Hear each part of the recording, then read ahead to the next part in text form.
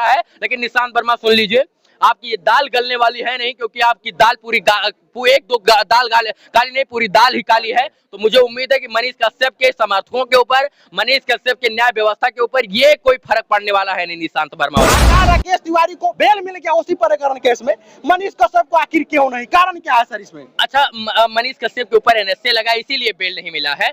देखिए, अगर मनीष कश्यप जी के ऊपर धारा सेम लगी होती जो हमारे ऊपर लगी थी, या जो है राकेश तिवारी के ऊपर लगी थी, वही धारा लगी होती, तो मनीष कश्यप जी अब तक कब का आ जाते, क्योंकि वो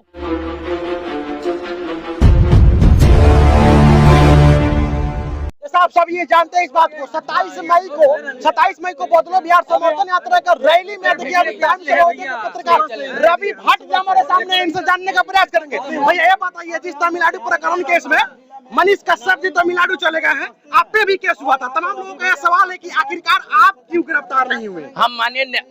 हम माननीय न्यायालय के सामने अपनी बात को रख रहे थे। कुछ लोग कह रहे थे हम फरार हैं। हम भाई फरार और नहीं थे, हम माननीय न्यायालय के सामने अपनी बातों को रख रहे थे।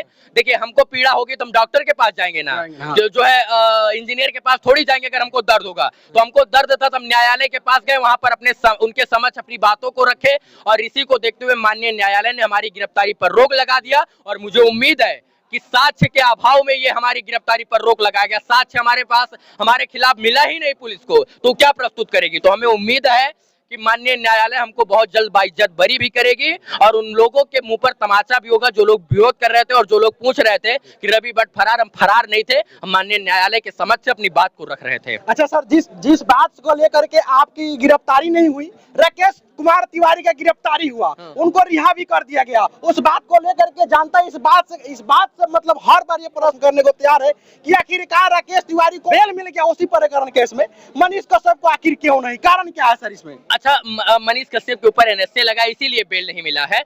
देखिए, अगर मनीष कश्यप जी के ऊपर धारा सेम लगी होती जो हमारे ऊपर लगी थी, या जो है राकेश तिवारी के ऊपर लगी थी, वही धारा लगी होती, तो मनीष कश्यप जी अब तक कब का आ जाते, क्योंकि वो बेबुनियादी जो है धाराएं थी, वो कोई धारा की उनके स्वभाव से मैच ही नहीं करती थी। मतलब उनको जानबूझकर उन तमाम धाराओं के अंदर फंसाया गया था। लेकिन मनीष कश्यप के ऊपर एनएसए लगा दिया गया था इसलिए क्योंकि ये तो धारा जब कोर्ट में जाएगी तो वहां तो खारिज हो जाएगी, ये तमाम जो है बातें ही नहीं स्पष्ट होगी, साक्ष्य नहीं मिलेगा, तो इसलिए उनके ऊपर एनएसए लगा दिया गया कि ये चाह कर भी 1-2 महीना मनीष कश्यप जी भी नहीं निकल सकते। इसलिए एनएसए इसलिए लगाया गया कि अगर रगड़ते सुप्रीम कोर्ट से हाई कोर्ट आते 4-5-6 महीना लग जाएगा, इसलिए उनके ऊपर एनएसए लगाया गया। अगर वो धारा लगी होती राकेश तिवारी वाली जो मनीष कश्यप जी के ऊपर लगी थी, तो अब तक मनीष कश्यप जी बाहर आ गए होते। लेकिन दुर्भाग्य है कि उनको सोची समझी रणनीति के तहत फंसाने का प्रयास किया गया, इसीलिए उनके ऊपर रासुका यानी राष्ट्रीय सिक्योरिटी एक्ट जैसी धाराएं उनके ऊपर लगा दी गई, एनएसए जैसी धाराएं उनके ऊपर लगा दी गई ताकि वो झेले। ये कहां तक सच है कि जो भी मनीष कश्यप के प्रति आवाज उठाने का प्रयास कर रहा है, उनके ऊपर कहीं से कोई भी व्यक्ति जाकर के केस कर दे रहा है? जैसे कि निशांत वर्मा का नाम आज इस समय हाईलाइटेड हो गया है, वो किसी भी इंसान पे, किसी भी पत्रकार पे, कोई भी मैटर को लेकर के पता नहीं क्यों कोई भी धारा लगा करके केस कर देने। अच्छा, ये बताइए, निशांत वर्मा ने कितने लोगों के लिए आवाज उठाई है, कितने बिहारियों के लिए लड़ाई लड़ी है? अरे जब बिहार के भला नहीं कर सकते तो बिहार की बर्बादी के लिए निशांत वर्मा क्यों आए? पूछा ये कभी आपने? नहीं पूछा। वो बिहार को बर्बाद करना चाहता है, इसलिए यहाँ बिहार में आया है कि बिहार का आवाज उठाने वाला मनीष कश्यप अगर जेल में रहेगा तो बिहार की आवाज कोई उठाएगा नहीं, चुनाव भी हो जाएगा और भ्रष्टाचार भी दबा के होगा। इसीलिए वो एक सो कॉल्ड जो है तथाकथित किसी पार्टी का एजेंट के रूप में यहाँ आया है और मनीष कश्यप को जो है फंसाने का पूरा भरसक प्रयास कर रहा है। इसीलिए वो यहाँ पर बैठकर मीडिया में बाइट भी दे रहा है और मनीष कश्यप के ऊपर आग भी उगल रहा है। लेकिन निशांत वर्मा सुन लीजिए, आपकी ये दाल गलने वाली है नहीं, क्योंकि आपकी दाल एक दो दाल काली नहीं, पूरी दाल ही काली है। तो मुझे उम्मीद है कि मनीष कश्यप के समर्थकों के ऊपर, मनीष कश्यप के न्याय व्यवस्था के ऊपर ये कोई फर्क पड़ने वाला है नहीं। निशांत वर्मा आज मनीष कश्यप के लिए इसी मोतिहारी के चंपारण का ऐतिहासिक धरती से उनके लिए उनका समर्थक जो है कई जगहों से, जैसे कि झारखंड, यूपी, मध्य प्रदेश, जो भी जगह ले लीजिए, सब जगह के यहाँ पे उनके समर्थक जो आए हुए हैं। क्या लगता है इस प्रकार का रैली करने से मनीष कश्यप को राहत मिलेगी सर?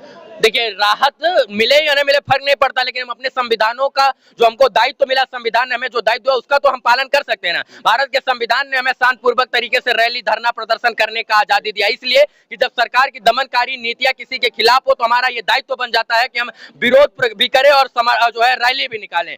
तो क्या पता था जिस दिन गांधी जी यहाँ आए थे और सत्याग्रह आंदोलन की शुरुआत किए थे, किसी को ये थोड़ी पता था कि भैया जो है न्याय मिलेगा, इसके बाद आजादी मिलेगी, किसी को नहीं पता था। तो क्या किसी को आज भी ये भी नहीं पता है कि यहाँ से न्याय मिलेगा? लेकिन हमको पता है कि यहाँ से दुआ जाएगी, दवा काम नहीं आई, लेकिन दुआ के रूप में मनीष कश्यप तक बात जरूर पहुंचेगी। यह रैली आज चंपारण के धरती से निकाला गया है, बिहार के और 30 जिला में जाने का प्रयास। बिल्कुल, हर एक आप भी जिला में- जाइएगा भैया 30 जिला में, हर एक जिला में जाएगी और हम जाएंगे जहां जहां मनीष कश्यप के लिए रैली जाएगी, वहां तक जाकर हम बात को जो है मनीष कश्यप की बात को बढ़ाने का प्रयास करेंगे। देखिए दोस्तों, अभी हमारे साथ थे टाइम्स ऑफ इंडिया के पत्रकार रवि भट्ट सर। उन्होंने बताया कि आखिरकार मनीष कश्यप के ऊपर एनएसए धारा लगा, तब जाकर के इनको कहीं न कहीं रिहा होने में टाइम लग गया। उनके तमिलनाडु उपकरण केस में तमाम ऐसे लोगों के प्रति भी केस हुआ था, जैसे कि राकेश कुमार तिवारी को भी केस हुआ था, इनके ऊपर भी केस हुआ था, जो तमाम प्रकार के पत्रकारों पे केस हुआ था। लेकिन राकेश कुमार तिवारी को क्या हुआ कि बेल मिल गया है, इनके गिरफ्तारी नहीं हुई, इन्होंने सारी बातें बताई। तो आज इस चंपारण का ऐतिहासिक धरती पे रवि भट्ट भी आए हुए हैं, इन्होंने तमाम प्रकार की बात आप लोगों को बताई। अब मेरा राय इन लोग इनसे कैसा था, आप लोगों का क्या प्रश्न है, क्या क्वेश्चन है, आप लोग भी एक इस वीडियो में रखिएगा और वीडियो को खूब ज्यादा शेयर कीजिएगा।